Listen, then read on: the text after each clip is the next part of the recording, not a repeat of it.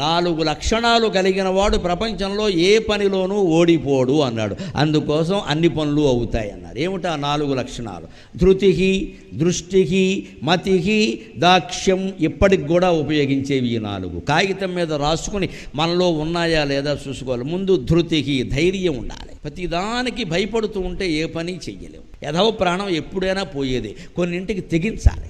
ఆ ధైర్యం లేనివాడు ఏ పని చేయరు. అన్నింటికీ భయపడతాడు. అన్నింటికీ తోడు కావాలి. ఎవరో 4 ఉండాలి. ఎవరు ఉంటారమ్మా జీవితాంతం తోడు? అంటే మనమే ధైర్యం తెచ్చుకోవాలి. ధృతికి, దృష్టికి అంటే ముందు చూపు ఉండాలి. మతికి, మేధ అంటే తెలివితేటలు. పని చేస్తున్నామంటే తెలివి ఉండాలి. ఆ తెలివి లేకపోతే పని నాశనం అయిపోతుంది.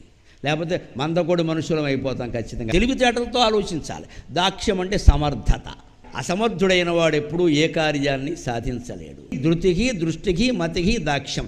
ఈ 4 లక్షణాలు ఉంటే హనుమంతుల్లా మనం కూడా పనులు 4